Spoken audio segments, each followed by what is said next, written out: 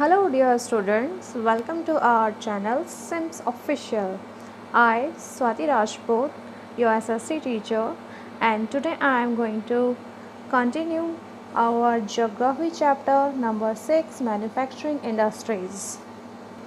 So students, let's start it. So students, first we discuss about iron and steel industries, okay? Hello dear all, welcome to our channel Smart Indian Model School. Smart Indian Model School present Smart Indian EduFun classes. EduFun online classes includes course studies of playgroup to class 12, emotional and communication skills, happiness classes and DIY activities. So students today we discussed about mineral based industries. तो आज हम mineral based industries में पढ़ेंगे first iron and steel industries के बारे में। देखिए student, पहले हम जानते हैं कि मिनरल बेस्ड इंडस्ट्रीज़ कौन सी इंडस्ट्रीज़ होती हैं। Industries that use minerals and metals as raw materials are called mineral based industries. It means वो इंडस्ट्रीज़ जो एज अ रॉ मटेरियल के फॉर्म में यूज़ करती हैं किन चीज़ों को, मिनरल्स और मेटल्स को। तो उन इंडस्ट्रीज़ को हम मिनरल बेस्ड इंडस्ट्रीज़ कहते हैं। So in mineral industries first we discussed about iron and steel industry. Okay, look at the first point. Iron and steel industry is the basic industry as it provides all type of machineries to run other industries. देखिए student, यहाँ पर iron and steel industry को basic industry कहा है। ठीक है, आपको याद होगा जो हमने क्लासिफिकेशन ऑफ इंडस्ट्रीज देखा था, तो हमने वहाँ पर बेसिक इंडस्ट्रीज़ और कंज्यूमर इंडस्ट्रीज़ के बारे में पढ़ा था। बेसिक और की इंडस्ट्रीज़ वो इंडस्ट्रीज़ थी जो दूसरी इंडस्ट्रीज़ को अपना जो प्रोडक्ट है वो देती हैं एज अ रॉ मटेरियल, और कंज्यूमर इंडस्ट्रीज़ वो होती हैं जो एक ऐसा प्रोडक्ट बनाती है जो डायरेक्ट कंज्यूमर के यूज़ के लिए अवेलेबल होता है। ठीक है, तो यहाँ पर हमारी स्टील और आयरन इंडस्ट्री क्या है, बेसिक इंडस्ट्री है। क्यों? क्योंकि ये प्रोवाइड करती है ऑल टाइप की मशीनरी। ठीक है, हर तरह की मशीनें बनाती है जो दूसरी इंडस्ट्री को, जो अदर इंडस्ट्रीज़ को रन करने में हेल्पफुल होता है।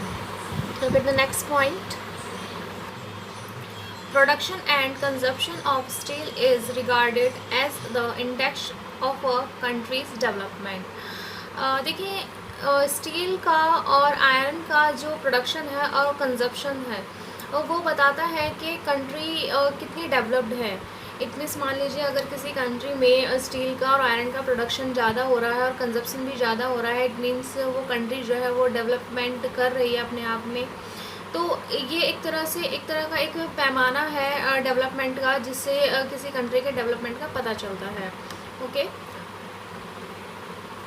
Look at the next point. India ranks third among the world crude steel producers. देखिए वर्ल्ड में जितने भी क्रूड स्टील के प्रोड्यूसर्स हैं, क्रूड का मीनिंग है यहाँ पर एक रॉ फॉर्म में जो स्टील को प्रोड्यूस करते हैं, तो उन सभी में जो इंडिया की रैंक है वो थर्ड नंबर पर है। Okay, it is the largest producer of sponge iron. India जो है वो लार्जेस्ट यानी कि सबसे बड़ा प्रोड्यूसर है स्पॉन्ज आयरन का।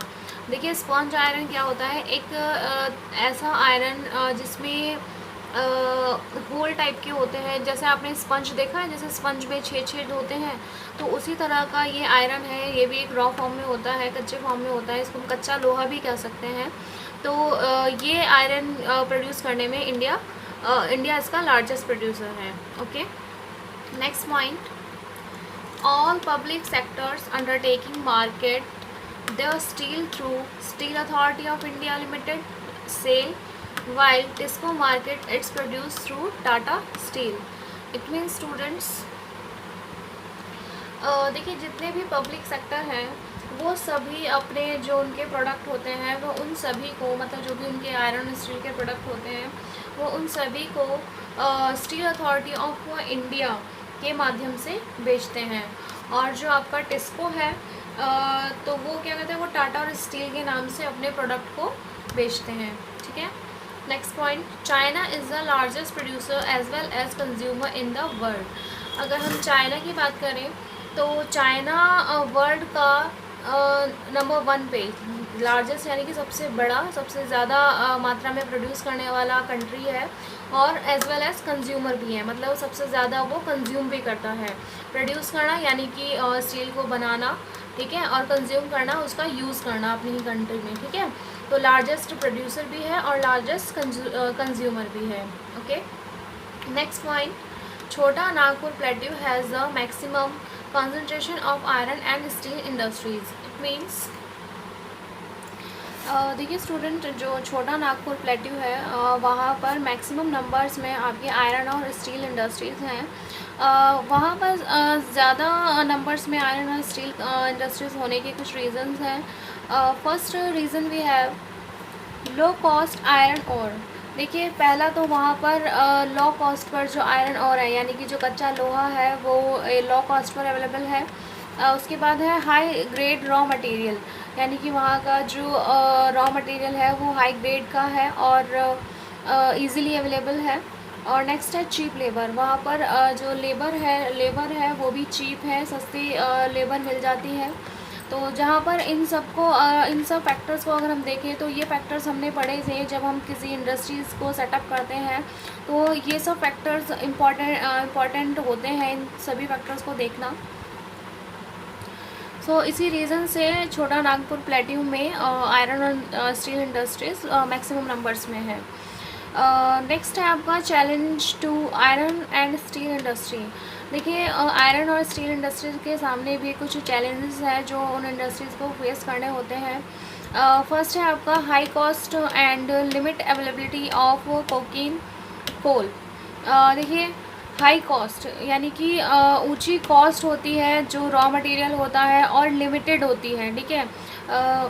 यहाँ पर डी मिसिंग है, ठीक है।